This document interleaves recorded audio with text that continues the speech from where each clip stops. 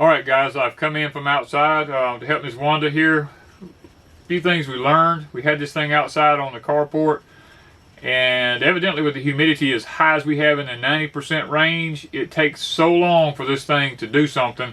So we've brought it into our makeshift bathroom that we have here, and we went ahead and put a dedicated 20 amp system in here for this. So we're going to go ahead and restart the system, make sure our valve is turned off. It is. We're going to hit start. Okay, we have chosen pre-frozen because our stuff is pre-frozen. It says load food into and close the valve. Okay. It says it's 33 degrees inside this thing. So we're ready. So we are ready. Alright, we're going to open this thing up. We're going to load individual trays in here. And Danny's loading the white sweet potatoes first. We have 2 trays of them. And then I did 2 trays. And you have to make sure it's behind, that it goes all the way back. You don't want it sticking up inside. 2 trays of carrots, and we cut these into sticks. And the sweet potatoes are cut into sticks, so we're going to see how this does. All right, 2 trays of carrot. Wait. Oh, yeah. I'm getting in a hurry here because my hands are freezing. We're going to close this baby off. This is the insulated pillow that goes in the door. Make sure we get it stuck in there just right. It takes both of us to remove. Yeah, when you're new at this. Is the valve closed? Yes. Okay, we're good. We both double checking each other on all this. Yeah. Just because. And you want the rubber to be, we found the other day, the rubber has to be where it'll touch the seal and no pillow touching it. Go. That one right there. Alright. Lock and double lock. Check the seal. We are sealed all the way around. Alright, and continue. Once we hit continue, it hits freezing, and this should walk it through its own cycle. We shouldn't have to do anything till it's ready to be turned off. Good morning, everybody. It is early in the morning here at Deep South Homestead. Our freeze dryer went off about, I will say around 4 this morning, at 4:30, and we just got everything out of it. It's not daylight yet. So you don't want to, in our humidity, you don't want to let stuff just sit. We got it out from there and brought it in the house as quickly as we can because the humidity in our house is really low right now. It's probably about 40%. And we want to go ahead and try to get this done as quickly as possible. We want to use the impulse sealer this morning to be sealing these Mylar bags as quickly as possible. And when you use an impulse sealer, using a Mylar bag, make sure it's set on 7. On the side here, it has a dial indicator that heats it to the right amount. We're going to be taste testing the carrots and the white sweet potatoes here in just a minute, but we want to go ahead and try to get everything sealed up as quickly as possible so that we don't get any moisture in them, and then we'll do the taste test. First thing you want to do is we have our Mylar bag here. We have our white sweet potatoes in it. You don't want to overfill it, but you also want to take an oxygen absorber and put in there with it. Now we don't want to leave our oxygen absorbers open too long, but we're going to drop this in here with it, down in the bag. And because this is a Mylar, let me turn it over, you might be able to see it a little better. It has some notches on the edge of it here. Now these are easy tear notches. You want to make sure that you're above the easy tear notches on it whenever you seal it. And when you push this down, we'll make sure we get it just right. A light will come on here, and you want to leave it until the light goes off. Take it up, and you want to look at it to make sure you got a good seal all the way across it. Now a lot of people will go back and do a second seal just as a safety precaution, and we're going to do that.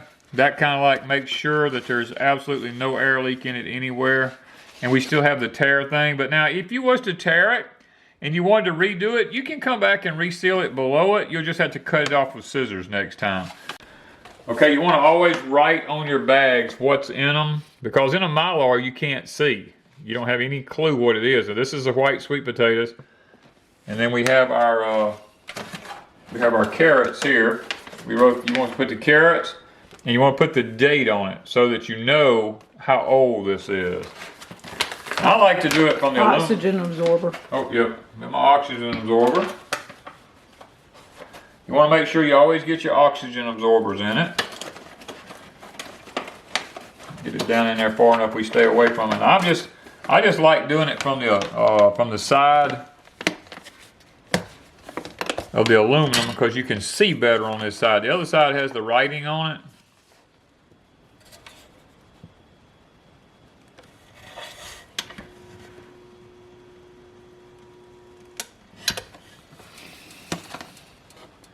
There we go.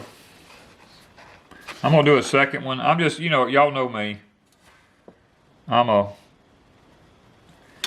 extra precaution person. There we go. The sweet potatoes were a little bit more bulky. The carrots were a little smaller. We was able to get 2 trays in one Mylar bag. It took 2 to get the sweet potatoes in. So that's something we're trying to keep in mind is how well. And look, I'll tell you something else I learned with the Mylar bags. If you sit and you just kind of bounce them down when you put your stuff in it, that stuff will kind of settle around in it and you get more stuff in there. Now this one's already starting to suck together. Yeah. The oxygen absorber. Now we're back over here to the magic here. Now a couple things to realize. Our carrots were extremely sweet. White sweet potatoes have no taste to them hardly at all anyway. They're kind of like a purple one. They just don't have any taste. So we're going to be kind of interesting to see the comparison between something that's really sweet and something that's not sweet at all as to what it tastes like. So, are you going to put very much water? Or are you going to sprinkle it? How are we going to do this? I want to taste it dry first. But I mean, these have to be reconstituting while we're dealing with the others. Okay, so let's put like a teaspoon of water in each one of them. I'm going to bring 1 teaspoon of water and just put in here. I'll kind of like slosh them around in it. I don't want to, because I don't want to put too much water, but I can see right now. It took it. 1 teaspoon went away right away. Okay.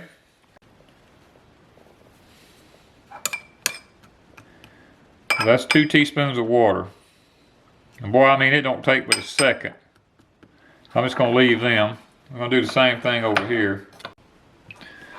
Okay, we got 2 teaspoons of water in this one. I'm going to flip them over.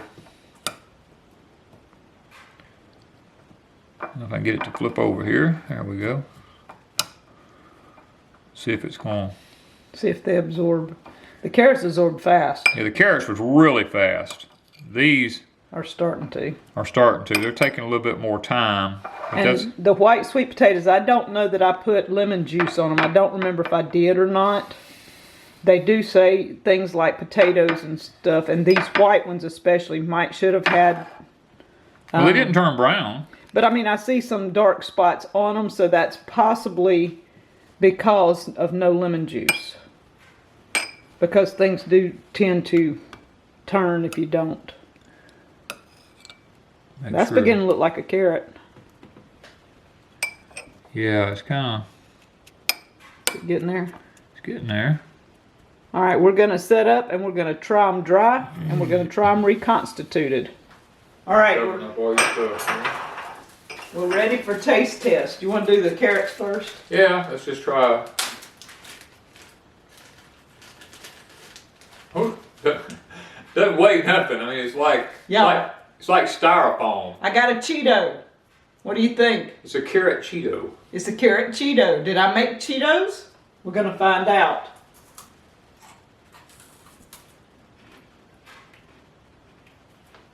It's kind of like eating into a Cheeto.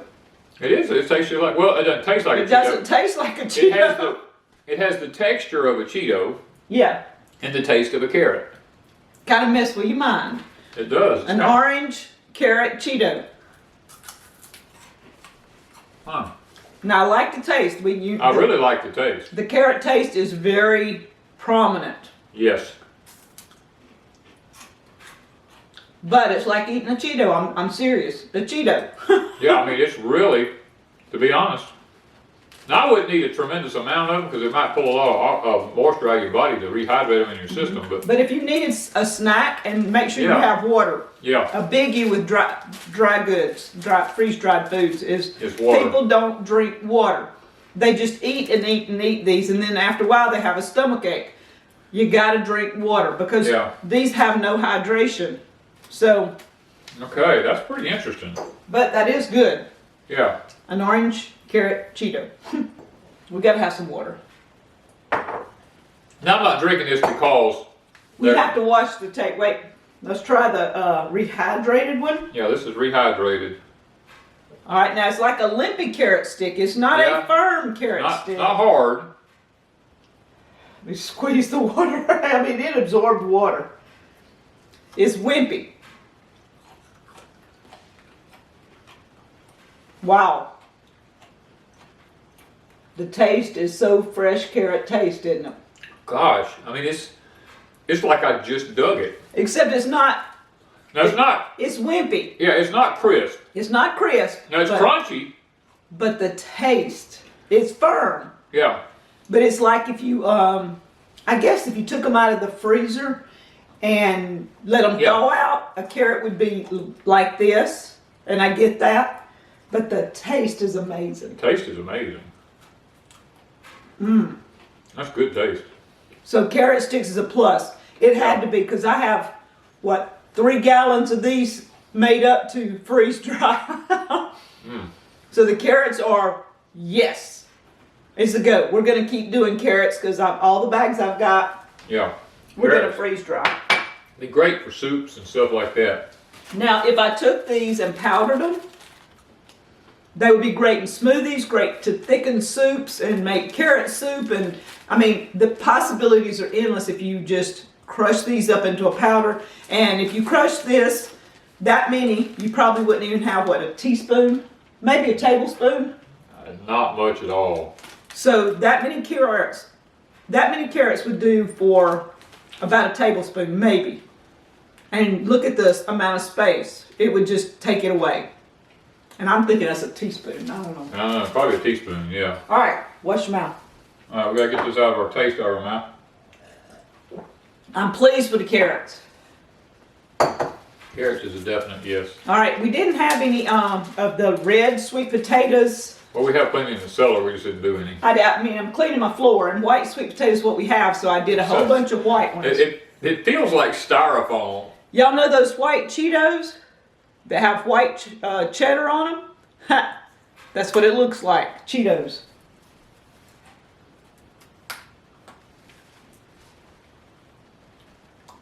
Tastes like eating powder. Yeah, it has no taste whatsoever. Okay. I can taste, if you taste it, you can taste the sweet potato taste. I taste it faintly. Because white has no taste. They have no taste to them at all. So that's just the potato. Yeah. Very crunchy. I mean, very snaps, really. So as a snack, you could dip these in something or something to give it taste. Yeah. That's what I would do. You could powder these down to add to stuff. Probably even making your sweet potato dessert. I could probably reconstitute them. Probably could. And make his dessert because I'm adding some sugar and eggs and milk and all this to make the dessert. So I will try that in the future, making dessert from the freeze-dried foods and see how it goes. I want to see if I can get it up where the camera's close enough that you can, if we can, I can get it to. You can't break it. Okay, yeah, it did it. It breaks. It snaps. Snaps, yeah, okay. So let's try the constituted ones. We already know that they have no taste. But, all right, this one's still crunchy inside. Okay, it would need a little more water to finish. You didn't quite get it. I only put a teaspoon. I would say another teaspoon or two of water to rehydrate these because there's still a little bit It's of just a powder. raw sweet potato. I mean, I wouldn't advise eating it raw, but reconstituted and made into your dessert is oh, it would be fine. Yeah, cooking it would be fine. It tastes like a sweet potato is supposed to taste. It does. It's more sweet potato once you add the water. Yeah. It has more taste. Yeah, and it's you know, it's like flexible. Let me see. Maybe that we can see it's flexible like a sweet potato. You know, see? All right, so carrots and white sweet potatoes. Would you do both again? I'm not sure I'm crazy about the white ones. Me either. But the red ones, I'm anxious for us to go get some out of the cellar and cut them up and to freeze dry the red ones because they're really sweet. They're like candy. And I think they'll be like the carrots. They'll have such an intense flavor that it would be awesome. The white ones, like I said, I'm going to reconstitute some in a few days, and we're going to try making his dessert and just see what happens with the white ones. But the carrots are like 100%. The carrots is a win. I mean, there's no doubt about the carrots. The whites, I mean, if I just wanted to have some whites for something, I would be willing to do them again. If we have extras like we did last year. Yeah, but to just do a bunch of whites, I wouldn't. No, I wouldn't waste my time and my Mylar bags on them. But the reds will be our next chance to see how the red ones do. You know, we just want to give you an honest opinion about our taste about things. You know what I mean? And it's not that it's bad. It's just that there's no taste of the white ones freeze dried, but they reconstitute really well. They did really well, and they taste better. They tasted better once they was reconstituted than they did when they were as a powder dry. Yeah, and it might be a texture thing, you know. But you saw we had 18 quarts of carrots sitting on my cabinet over there when Danny was showing you the bags filled. Okay, 18 quarts of carrots, even those cooked, I could put in there, freeze dry them, and reconstitute them. They're already ready to eat. They would take up, what, a fourth of the, I could probably put all 18 in 2 bags. You could probably put every one of them in 2 Mylar bags. And save 14 quart jars. Yeah. So we're anxious to try the carrots that are already cooked in there also. So that might be one project we do in the future. Yeah, I mean, we're trying fresh stuff. It hasn't been processed versus cooked stuff to see how it works. Because if you go ahead and cook it and then and then freeze dry it, then when you take it out and reconstitute it, you can just eat it. And it's not like you're eating something raw. Like the potatoes here, for instance, those were raw. These carrots were raw. The carrots would be okay raw if that's what you want. You like raw carrots, that's perfect. But the sweet potatoes, you still got to do something too. Yeah. Is kind of how we're looking at it. So we're anxious to do that. Stay tuned for what comes up next. Yeah, we got some interesting things we're going to be putting in there. We got lots of stuff to do. We've got a lot of stuff frozen. We're just going to keep doing this. We did have a couple of glitches this time. When I started the freeze dryer, we had a week of cold and rainy spells, and we intended to sit it under the she shed outside. And I got it started, and I started kind of freaking a little bit because of the temps were still, below freezing? They were below freezing, and the humidity was in the high 90s. So I was afraid the humidity was too high, so Danny rearranged. We put it in the she shed bathroom, which is not a bathroom right now, so don't freak out. It's just a room right now. It's just a room. I didn't put it in the bathroom, but that's what I went ahead and did a dedicated circuit in there for it to run off of. So we put it in there, and we checked it off and on yesterday throughout the night. When we got up to put wood in the heater, we'd go out and check just to make sure we have no issues, because this was our first time.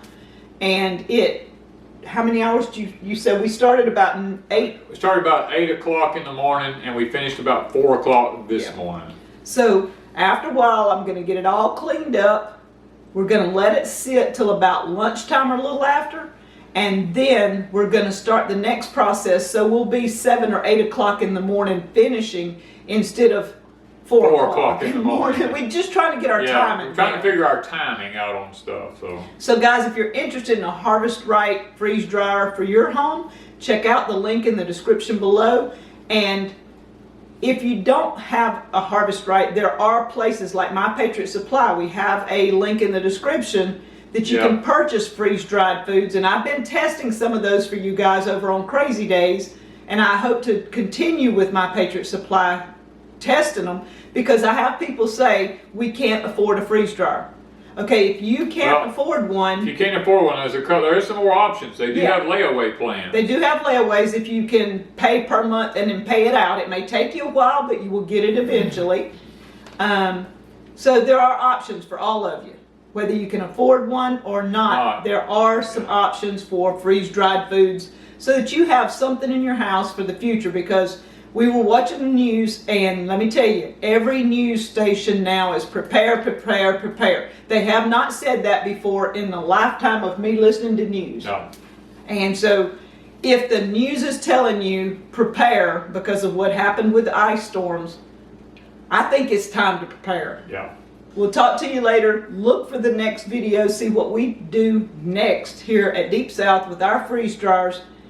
And we'll talk to you later from Deep South Homestead.